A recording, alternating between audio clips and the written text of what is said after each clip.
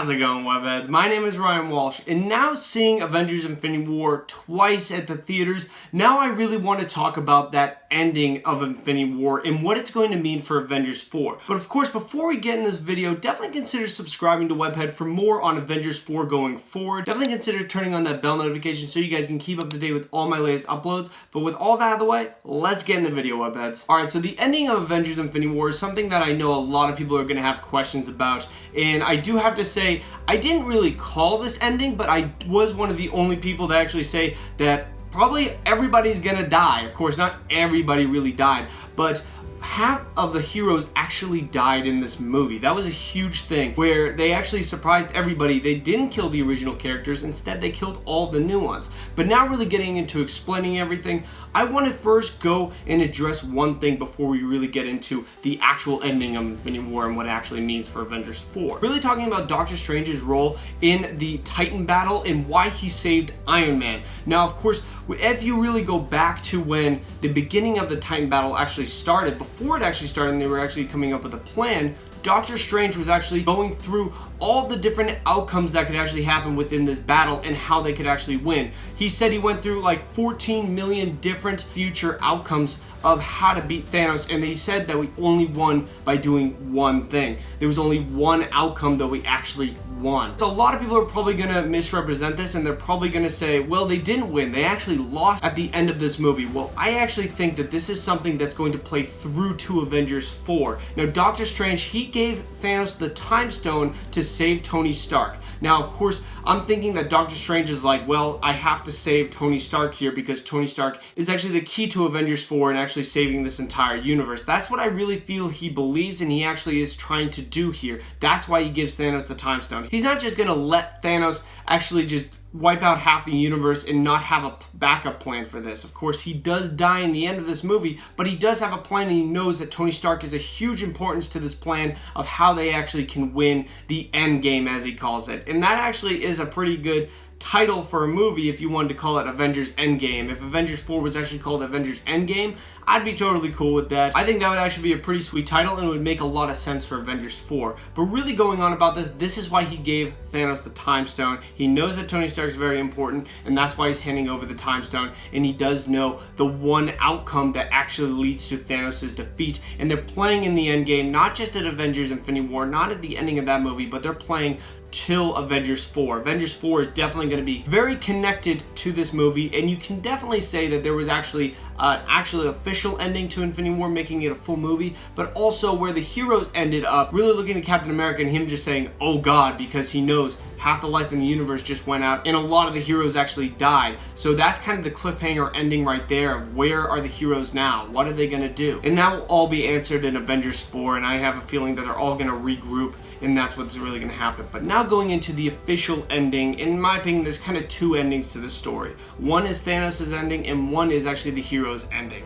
Now, really going into the heroes' ending, first one you see right off the bat when you see Thanos snap his fingers, you see Bucky start to get disintegrated, and then everybody is kind of just with their jaws on the ground. They see all of their favorite heroes start to disintegrate. And what's really happening here is Thanos has already wiped out the entire half of the universe. That's what happened. He won. Thanos actually won this time. Instead of having the heroes always win, in a very much an Empire Strikes Back kind of way, they had Thanos win. The villain actually wins this story and the heroes lose. That's just the way it is with this movie. And I think they did a great job of really showing that the Avengers are not always going to win. There are some forces that actually can beat Earth's mightiest heroes. And really just looking at the people that actually died, you can see that Bucky died, Falcon died, two of Captain America's closest allies actually died. And personally, that one actually really hit me hard too, when you actually see Captain America's two closest friends, especially Bucky. When you see Bucky actually just disintegrate in front of Steve's eyes, you can just tell, oh no, this is bad.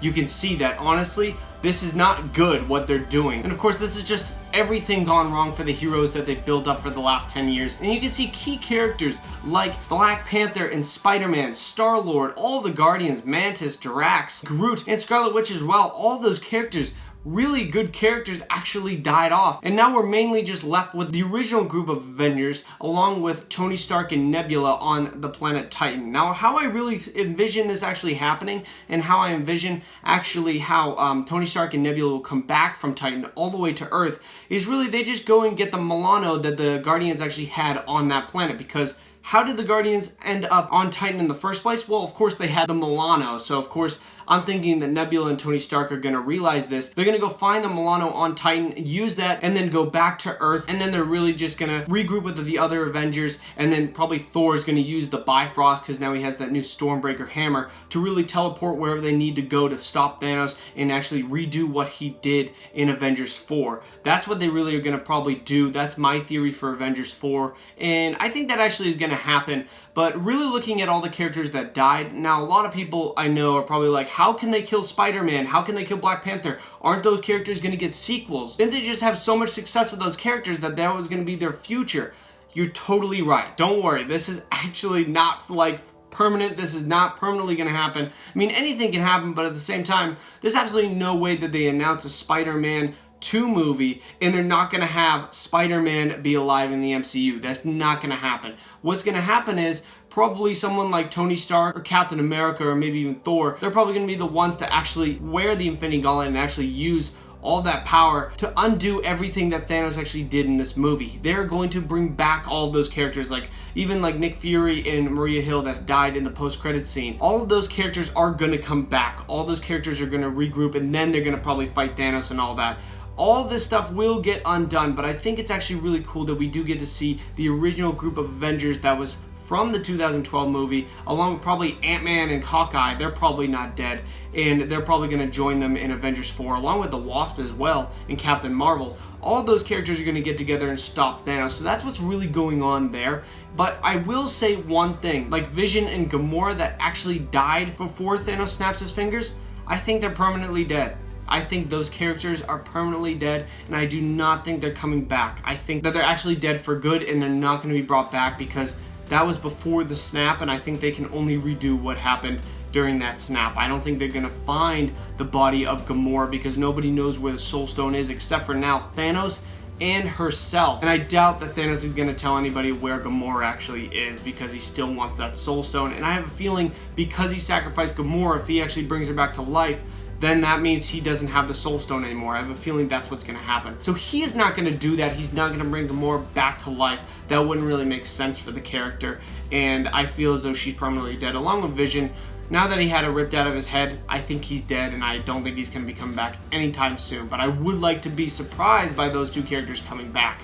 But I do think you have to have some casualties. And I think the permanent deaths, those were the permanent deaths for this movie, but then all those other characters like Spider-Man and Black Panther will come back, and then the permanent deaths in Avengers 4, the people that actually die in Avengers 4, they are permanently dead and not coming back. That's what I actually think, and I do think that actually makes the most sense for this movie. Now going on to the other ending for this movie, it really was just Thanos' story. This was Thanos' story throughout the whole thing, and this is kind of the non-cliffhanger ending. This is the one where it really just ends the movie, and it makes sense because Thanos is the protagonist, and he said on Titan, after this, I'm going to live a peaceful life, and I'm going to sit in the sunset and just watch the sunset. That's what he's going to do. And this is actually very much taking this from the Infinity Gauntlet storyline, where at the end of that, they actually leave Thanos on a farmland by himself, and he's living a peaceful life. So that's what's really going on here, and that's why you see Thanos actually doing this. And if you guys notice in the movie, I can't really show a picture because I can't really show anything from Infinity War because it's all going to be copyrighted. But if you actually go back, you watch the movie, and you see when he actually is coming out of his little house, you can see on the side there's actually a scarecrow, and that is taken directly from the comic books, and that actually is where he puts his armor in the comic books, and that's where he really is just, he's in old raggedy clothes, and he really is just living a peaceful life, saying that he's kind of done with taking over the universe and wiping out half the universe. But this is really just showing that Thanos has won, and that's what's really going on here. We will have to see how the Avengers actually assemble to take out Thanos in Avengers 4. But of course, guys, if you like this video, definitely consider checking out the 2 Marvel videos I have below me that are already posted on my channel. But guys, thank you very much for watching. I really do appreciate it. Bye-bye.